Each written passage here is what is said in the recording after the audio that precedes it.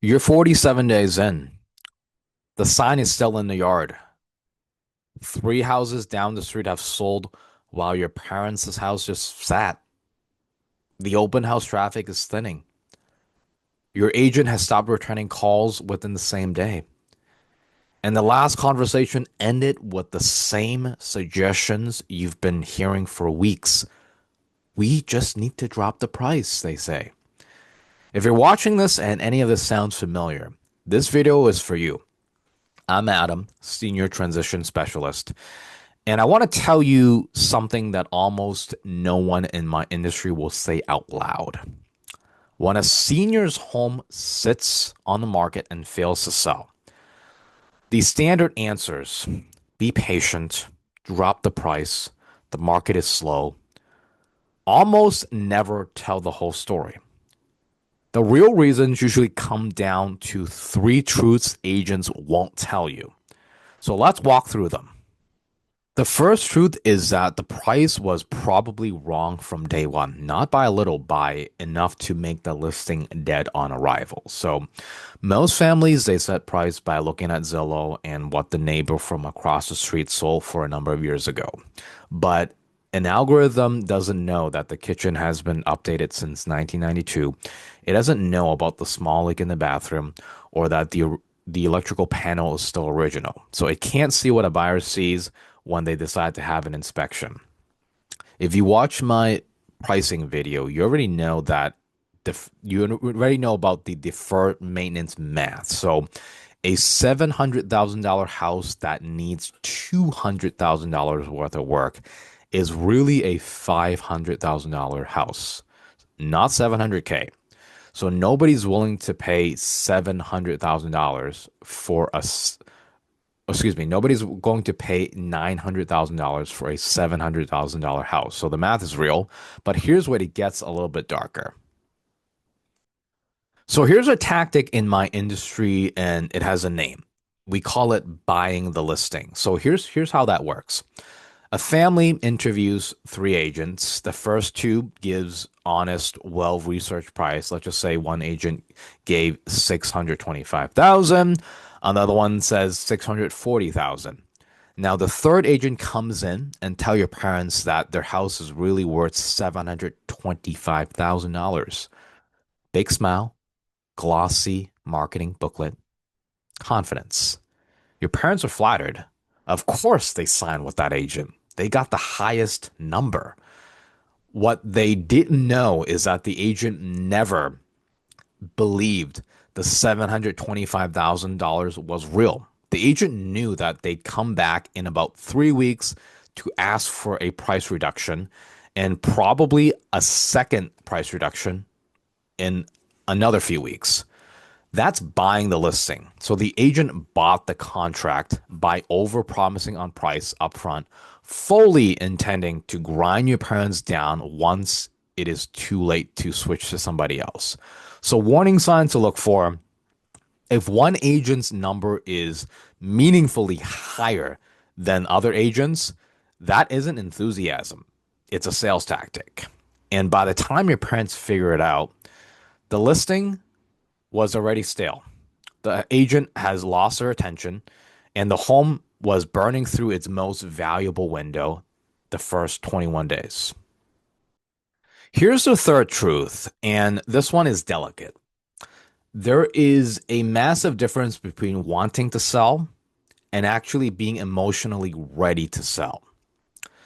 When a senior is being moved by family pressure, by health, or by finances, and they aren't fully ready inside, they will often unconsciously sabotage the sale. Not on purpose, not because they're trying to be difficult, because part of them that's grieving the house is louder than the part that actually agreed to sell it.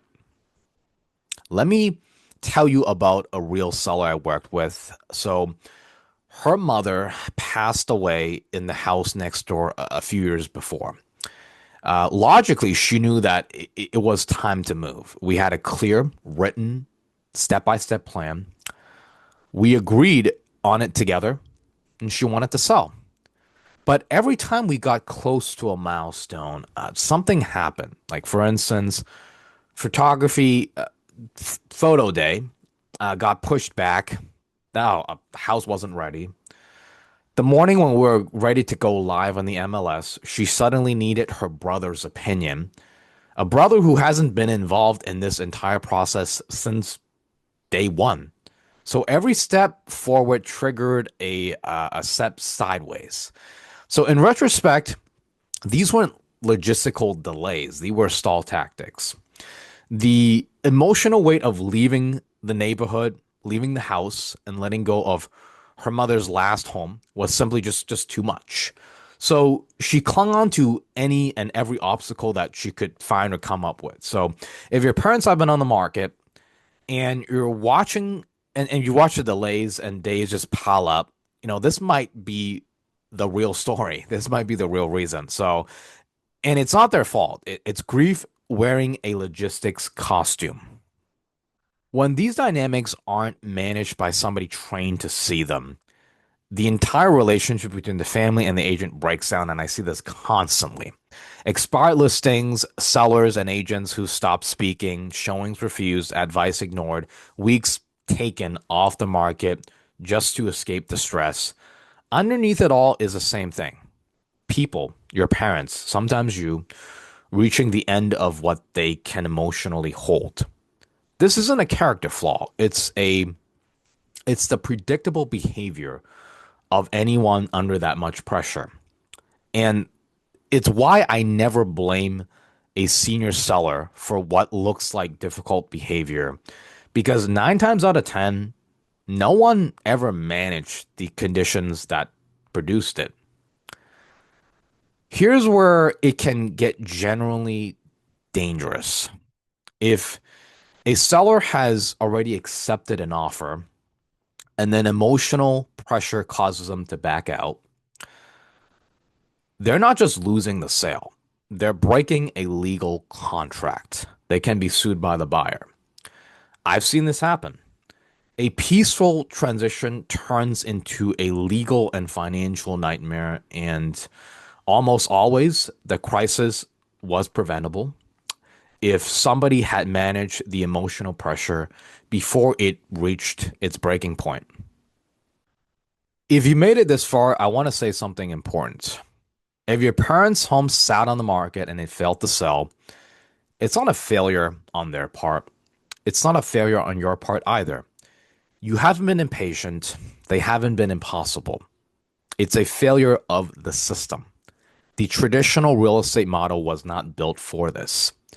It was built for a young family selling a starter home to upgrade.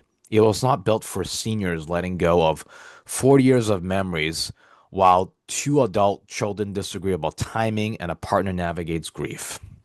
Your parents didn't need a transaction. They needed a transition.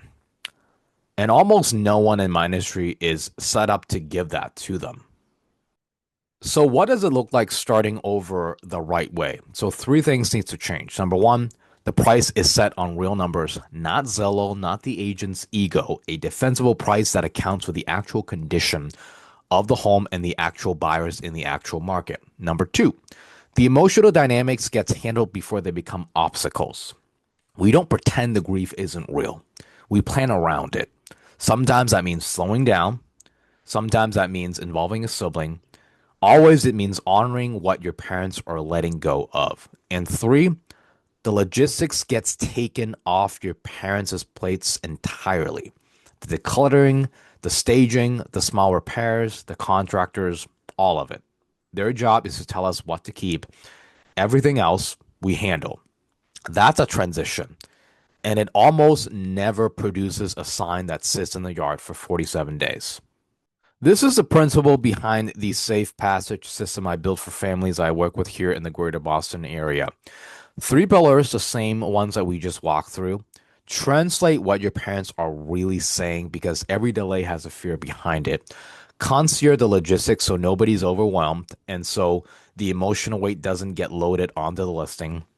Transparency in every number so the price is honest from day one and there's no buying the listing game being played at your family's expense. Same house, same family, a completely different result. So if your parents have been through a failed listing or you're watching one stall right now in real time, please don't walk away thinking that the next agent will magically fix it.